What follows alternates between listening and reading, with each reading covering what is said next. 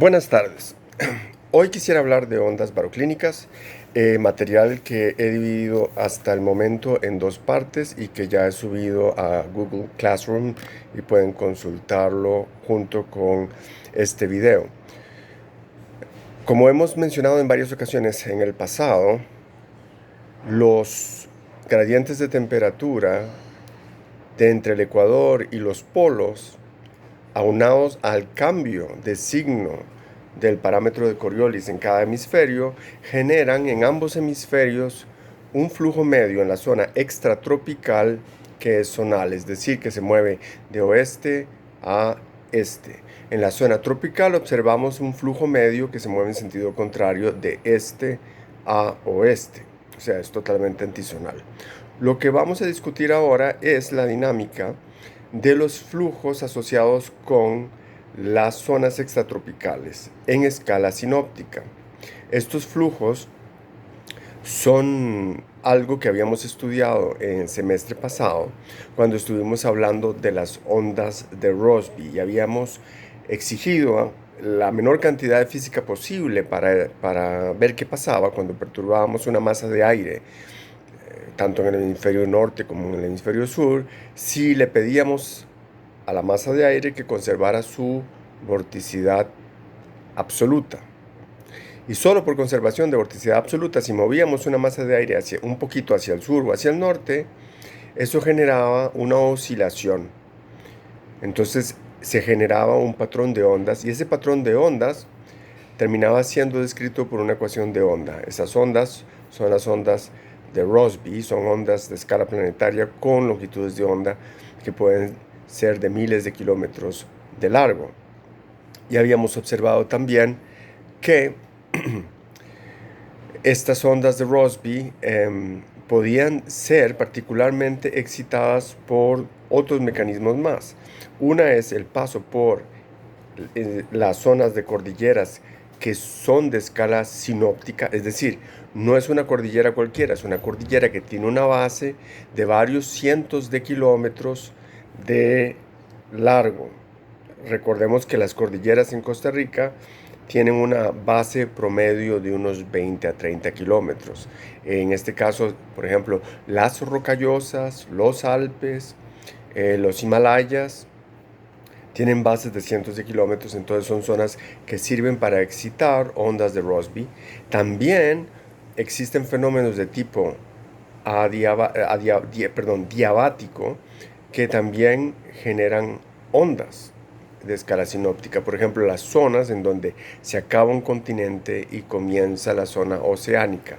Ese tipo de contraste térmico también se ha visto que sirve para generar ondas planetarias. Entonces, aunque nosotros también, otra pregunta que nos habíamos hecho es, si yo tengo mi planeta y mi planeta tiene estos gradientes de temperatura medios entre el ecuador y los polos, en donde conforme me alejo del ecuador y me acerco al polo la temperatura cae. Entonces, una pregunta que yo me hago es, yo supondría que voy a tener un flujo medio zonal y esperaría que el viento se distribuyera de manera cuasi homogénea en esa zona extratropical, en donde espero que sea zonal. Sin embargo, no veo un viento distribuido de manera homogénea. Lo que observo son un montón de fenómenos extraños. Tengo un chorro, por ejemplo. Hay muchos chorros, pero un chorro dominante en escala sinóptica es lo que llamamos el jet stream, que le da la vuelta a todo el planeta. Existe uno en el hemisferio norte, existe otro en el hemisferio sur. Y el jet stream no viaja a lo largo de un anillo, resulta que genera ondas. Vemos que es un patrón que cuando yo saco un promedio mensual parece una onda y cuando veo las variaciones diarias veo que efectivamente es altamente inestable, que se rompe a pedazos, que genera mucha turbulencia, que genera vórtices que se separan de la corriente de chorro media. Entonces es una dinámica bastante complicada. También veo que sobrepuesto al chorro tengo un flujo medio que tiene forma de onda. Entonces la pregunta es, ¿de dónde salió la onda? Y parte de la idea de cómo se explica la presencia de estas ondas es, por un lado, sugiriendo la existencia de las ondas de Rossby por excitación orográfica o térmica, y además también por el transporte de calor de la zona tropical hacia las zonas polares y viceversa, el transporte de frío de las zonas polares hacia las zonas tropicales. Y es en la zona extratropical en donde se da esa batalla, se da ese choque de masas de aire distintas. Recuerden que ya habíamos mencionado nosotros en la parte de generaciones de frentes el concepto de masas de aire, que es un derivado de la escuela noruega de Bergen, que fueron los primeros en analizar los mapas meteorológicos utilizando el concepto de masa de aire. Entonces, eh, como estos flujos son dependientes de los gradientes de temperatura, estamos esperando que estas ondas que se están moviendo en la atmósfera, que antes cuando hablamos de ellas como ondas de Rossby no tomamos en cuenta el transporte de temperatura, la advección de temperatura en la atmósfera, ahora las vamos a llamar ondas baroclínicas precisamente para señalar, para subrayar la importancia de la baroclinicidad, del transporte de calor desde los trópicos hacia los polos, y también el transporte o la advección de masas de aire frías desde los polos hacia el ecuador. Entonces, el sistema es bastante complejo y está muy mezclado en muchos niveles, porque entonces tenemos nuestra mezcla de masas de aire que va a generar, por un lado, la presencia de frentes, ya sea calientes o fríos, y que esos frentes no se forman en cualquier parte, resulta que se forman debajo de por donde anda el chorro, pero el chorro, como habíamos dicho, se mueve, sigue una trayectoria sinuosa cuando lo vemos como un promedio de varios días. Ya habíamos mostrado en el semestre pasado que el chorro, cuando lo observamos por horas, es bastante caótico, no le vemos mucha continuidad, vemos que se rompe en diferentes sectores y que hay separación del aire del chorro en diferentes lugares. Entonces es el promedio, digamos que en 24 horas, lo que nos puede dar una curva continua que podríamos estudiar como si fuera una especie de onda. Entonces, en nuestras ondas que se van desplazando en la dirección zonal, observamos varias cosas. Ustedes pueden llegar y decir, tengo una onda. ¿Cómo veo la onda? ¿Qué me permite rastrear la onda? Si nosotros nos fijamos en el campo de geopotencial, si observamos el geopotencial, digamos en una superficie isobárica a unos 500 milibares, vamos a ver que el campo geopotencial no está formado por líneas rectas, sino que hay un patrón ondulatorio en el campo geopotencial. Eso nos permite visualizar estas ondas, ¿ok? Ahora, como son ondas, entonces vamos a tener por un lado crestas y por otro lado valles. En el hemisferio norte, cuando la onda comienza a generar una cresta hacia el norte, a eso le llamamos una dorsal. Es como una especie de lengua de aire caliente que penetra en la zona norte del hemisferio. Cuando tenemos una onda que más bien está generando un valle que se dirige hacia el sur, o sea, podríamos interpretarlo como una lengua de aire frío que está penetrando hacia la zona tropical, entonces a eso le llamamos vaguada, ¿ok? Y en el puro centro de ese valle podemos dibujar lo que llamaríamos un eje de vaguada, y podemos ir viendo cómo van evolucionando, cómo se van moviendo sucesivamente los ejes de vaguada o los ejes de dorsal. Pero el asunto no se queda ahí, no es solamente una onda sencilla e inocente que se está moviendo por ahí. Cuando yo veo que tengo una cresta, esa cresta está asociada con una vorticidad que es de tipo anticiclónico. Entonces, hacia el sur de la cresta, lo que yo voy a encontrar siempre es un ciclón, perdón, un anticiclón, un sistema de alta presión. Y cuando tengo mi eje de dorsal, entonces, perdón, de vaguada, ahí voy a tener más bien una ciclonicidad que es positiva. Entonces voy a tener más bien un ciclón, una baja presión. Me interesan los dos, tanto el anticiclón en la dorsal como el ciclón en la vaguada, pero desde el punto de vista de pronóstico de algún tipo de fenómeno meteorológico severo que esté asociado con precipitación, le pondría mucha atención a la posición del eje de vaguada que está asociado con el ciclón. Y el ciclón, como es una baja presión, yo sé que a niveles bajos, por efecto de capa límite de Ekman, que podríamos usar la capa límite más sencilla que conocemos, voy a tener entonces convergencia de vientos cerca de la superficie y por lo tanto ascenso. Y ese ascenso forzado va probablemente tarde o temprano a generar precipitación de diferentes tipos. Puede ser simplemente agua, o puede ser que tenga nieve, o puede ser que tenga granizo. ¿Okay? Entonces es importante fijarse en eso. Pero estos ejes de vaguada que yo podría observar cuando tengo la muestra del campo geopotencial en una superficie isobárica de 500 milibares, yo podría ver entonces mis ejes de vaguada y dorsal sucesivamente colocados de esta forma, ¿ok? Sobre un plano horizontal. Recuerden, estoy hablando de visualizar el geopotencial en una superficie isobárica. Entonces es un plano horizontal. Sin embargo, resulta que cuando uno estudia un corte de la atmósfera utilizando radiosondeos, ¿okay?, que no se hacen, como ya hemos dicho, en Costa Rica con la frecuencia con la que quisiéramos que se hicieran, resulta que se observa algo bastante peculiar. Se observa que los ejes, tanto de dorsal como de vaguada, están inclinados. ¿Están inclinados en qué sentido?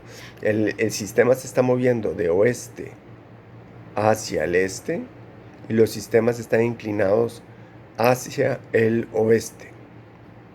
No son verticales. Los ejes de vaguada y dorsal no son verticales, sino que totalmente verticales, sino que tienen una inclinación hacia el oeste. Eso quiere decir que si yo corto una superficie geopotencial o una superficie isobárica a diferentes niveles de la atmósfera, voy a ver en cada una de ellas si lo que yo estoy observando es un movimiento de observación desde la superficie inferior hasta la superficie superior. Voy a observar que la posición del eje de dorsal y la posición del eje de vaguada se va a ir corriendo en esos diferentes cortes de abajo hacia arriba, se va a ir corriendo hacia el oeste. Y ustedes dirán, bueno, ¿y a mí qué me importa? Bueno, lo importante, una de las cosas importantes acá es que los ejes no se mueven de manera vertical porque tienen que ver, en cierto modo, la inclinación del eje con el ceder energía potencial gravitacional a un sistema que la va a convertir en energía cinética para transportar masas de aire, ya sea de sur a norte o de norte a sur. Esa es una de las razones por las cuales los ejes de vaguada y los ejes de dorsal están inclinados hacia el oeste. Entonces, yo discuto eso en la página 24 de la documentación que les envié y podrán ver entonces que no solamente pasa esa cosa, sino que cuando yo observo mi onda en el plano horizontal, pues estoy viendo que si estoy acercándome a un eje dorsal, si este es el eje dorsal, el aire se está moviendo desde el sur hacia un máximo en el norte y después desciende. Entonces, si me estoy acercando por el oeste al eje de dorsal, mi aire se está acercando desde el sur, viene del sur, ¿sí? En la onda. La onda está haciendo algo así, ¿ok? Entonces viene desde el sur y aire que viene del sur es aire caliente. Entonces, por detrás del eje de dorsal, lo que yo espero tener es una masa de aire caliente. Entonces, conforme se va moviendo el eje dorsal, lo que tengo es advección caliente. Si lo que tengo es más bien un eje de vaguada, ¿ok? Si tengo el eje de vaguada, la vaguada ocurre en la parte baja de la onda, ¿no? Y entonces, ¿qué significa estar en la parte baja de la onda? Significa que el aire que viene del norte se está acercando a la parte más baja de la vaguada. Y venir del norte en el hemisferio norte significa que tengo aire frío. Entonces, detrás del eje de vaguada, lo que yo espero tener es una masa de aire fría. Y si el eje se mueve, entonces tengo advección fría. Recuerden aquello muy importante, dramático y, como podríamos decirlo, y hasta triste, de las posesiones satánicas el día en que yo hago el examen. Entonces, mucho de lo que estoy diciendo hay que tomarlo fijándose en el otro polo cuando hablamos de lo mismo aplicado al hemisferio sur. En el hemisferio sur, venir del sur, en la zona extratropical del hemisferio sur, venir del sur es venir del polo. Entonces, aire del sur, ahí es aire frío. Y venir del norte en el hemisferio sur es venir del trópico. Entonces, aire que viene del norte en el hemisferio sur es aire caliente. Entonces, se los digo para que se pongan vivos por aquello de que en algún examen, en algún momento, a alguien se le ocurra hacer una pregunta sobre ondas baroclínicas en el hemisferio sur. Bien, entonces, lo que estamos viendo es que tenemos este sistema de ondas baroclínicas que se están moviendo. Me estoy refiriendo sobre todo al hemisferio norte. Y la pregunta es, ok, ya veo que cuando se mueve una onda baroclínica, tengo dos cosas. Una es advección de vorticidad, porque se me está moviendo las altas presiones y las bajas presiones, y también advección de temperatura, porque estoy moviendo masas de aire caliente y masas de aire frío.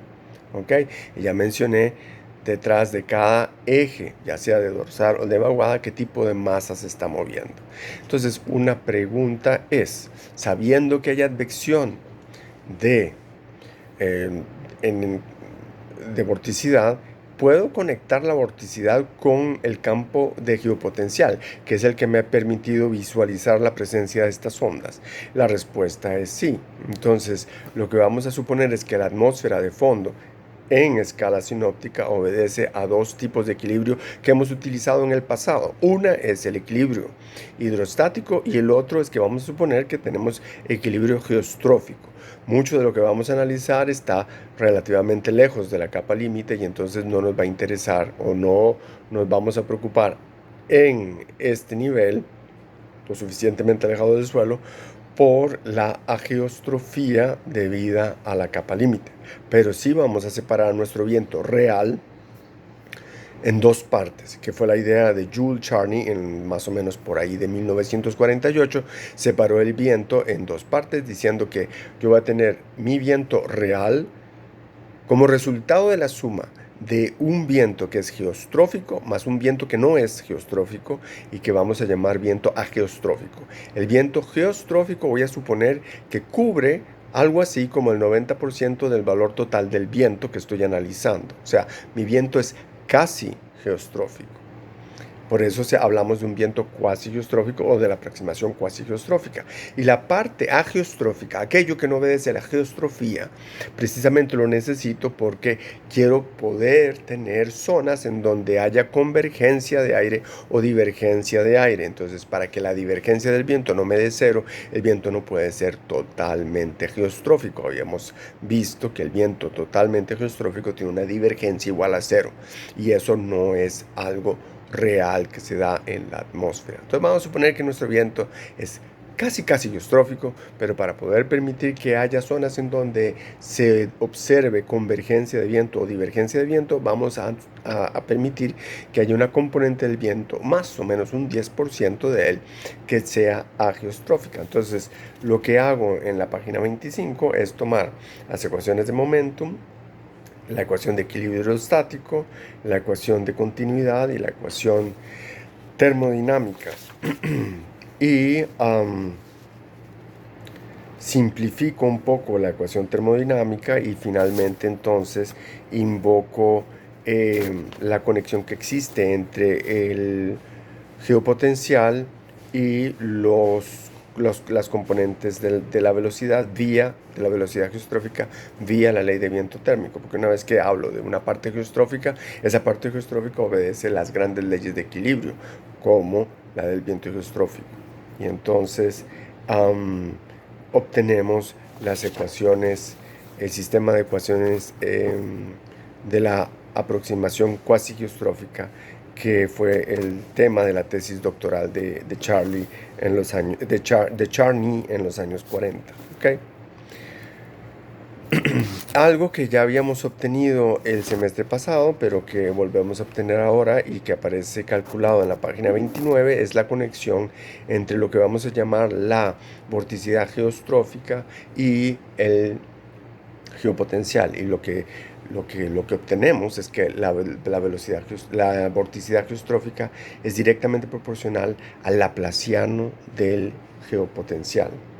Entonces, esta relación es muy importante porque es una relación no de pronóstico, pero es una relación de diagnóstico. No tengo derivadas en el tiempo, entonces no puedo pronosticar, no puedo ver cuál va a ser la evolución de la vorticidad. Sin embargo, si en un momento dado alguien me ofrece un mapa de geopotencial y yo le calculo el laplaciano a ese mapa de geopotencial, yo sé entonces cuáles son los valores de la vorticidad.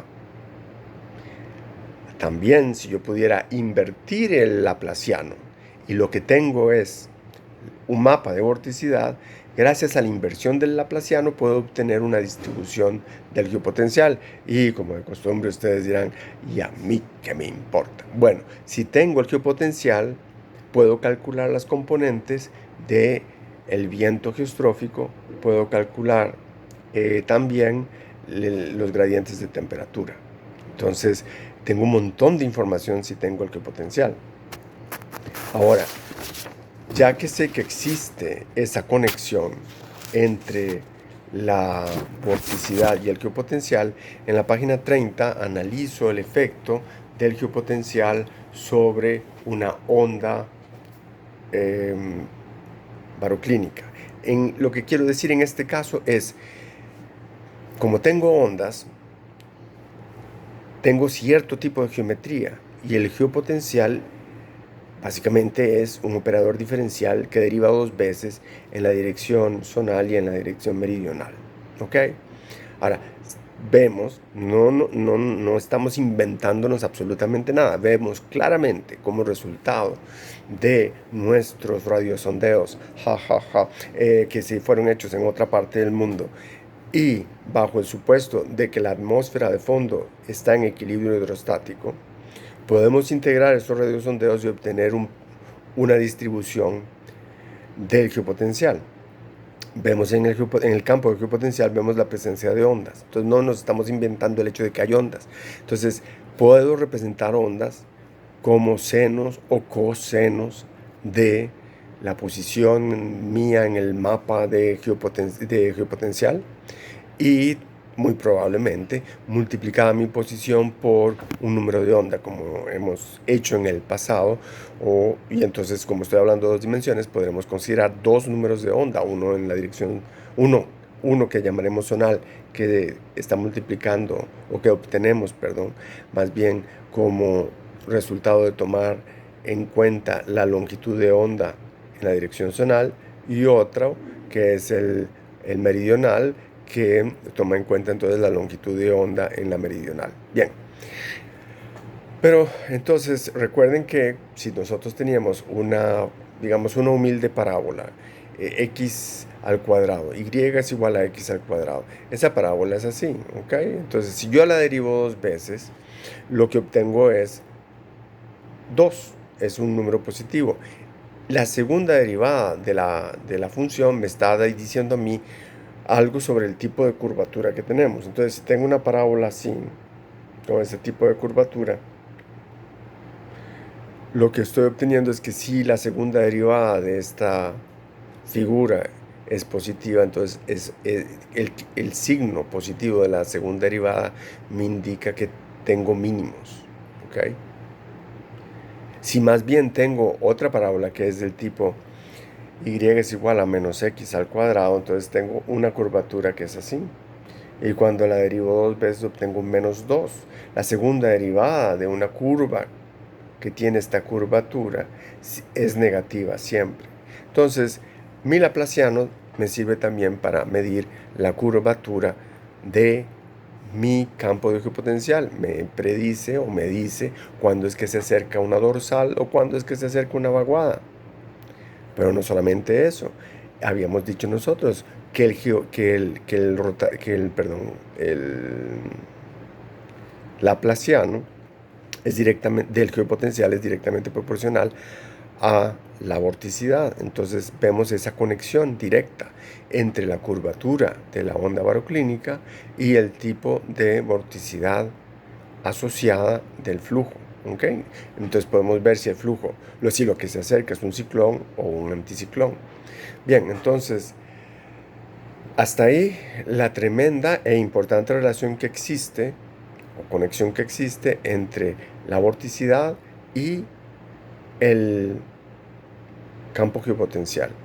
Ahora, algo que me gustaría mucho tener es, como antaño vimos el semestre pasado, una ecuación de vorticidad, pero una ecuación diferencial de vorticidad, una ecuación que me dé una derivada de la vorticidad en el tiempo igual a varias cosas más. Y si logro integrar esa ecuación en el tiempo, logro saber cómo va a evolucionar la vorticidad. O sea, puedo llegar a decir cómo va a estar la vorticidad dentro de una hora, 2 horas, un día o 2 días. Pero si sé cómo está la vorticidad dentro de una hora o 2 horas, yo entonces puedo calcular cómo va a estar el geopotencial. Y si sé cómo va a estar el geopotencial dentro de una hora, 2 horas o 2 días, puedo saber cómo va a estar, cuáles son los valores de la velocidad del viento y los campos de temperatura y la advección de masas de aire frío o de aire caliente. Entonces, ahora me interesa mucho, esa es la razón por la cual ahora me interesa mucho poder desarrollar una ecuación de vorticidad, una ecuación diferencial que me permita pronosticar la evolución de la vorticidad en el tiempo. Y entonces es por eso que nos vamos a poner a trabajar en la página 31 para obtener una ecuación de vorticidad en donde yo finalmente obtengo la evolución de la vorticidad absoluta y la veo que está conectada con el transporte de masas en la vertical. O sea, la vorticidad absoluta horizontal y su variación en el tiempo está asociada con el estiramiento o la compresión de tubos de vorticidad en la vertical. Y después entramos en una discusión en donde, en la página 32, en la cual decimos, ok, ya que vi que existen estas conexiones, ya que vi que tengo que logré obtener una expresión para una ecuación diferencial de vorticidad que me permita hacer pronósticos del campo de vorticidad, ¿por qué no darme un campo de geopotencial que me permita a mí simular una onda baroclínica? Entonces, suponemos una forma para el campo geopotencial, como dije en la página 32, y obtenemos una expresión para la vorticidad asociada. Y vemos entonces que depende, entre otras cosas, de los cuadrados de los números de onda, el número de onda asociado con la zonal y el número de onda asociado con la componente de la onda en la meridional. Y hacemos un análisis acerca de las ondas largas y las ondas cortas y decimos que existen también al pie de la página abajo, al puro final, que existen interacciones que no hemos tomado en cuenta, que son de tipo no lineal entre las ondas más cortas que pueden tener una influencia sobre las ondas más largas. Después, no hemos tomado en cuenta en este desarrollo tampoco la influencia de la orografía. O sea, habíamos visto anteriormente en mesoescala que cuando tengo una montaña y el viento choca con ella, existen anomalías de presión que sirven para, por un lado, retrasar el paso del viento y por el otro lado acelerarlo, ¿okay? Que existe también un arrastre asociado. No hemos tomado en cuenta el arrastre asociado y algo todavía más sutil que no hemos tomado en cuenta es el efecto del calentamiento o el enfriamiento en superficie como función excitadora de ondas baroclínicas. Entonces de eso hablaremos un poco más en la próxima sesión. Muchas gracias y estaré montando este video próximamente en el canal de YouTube. Buenas tardes.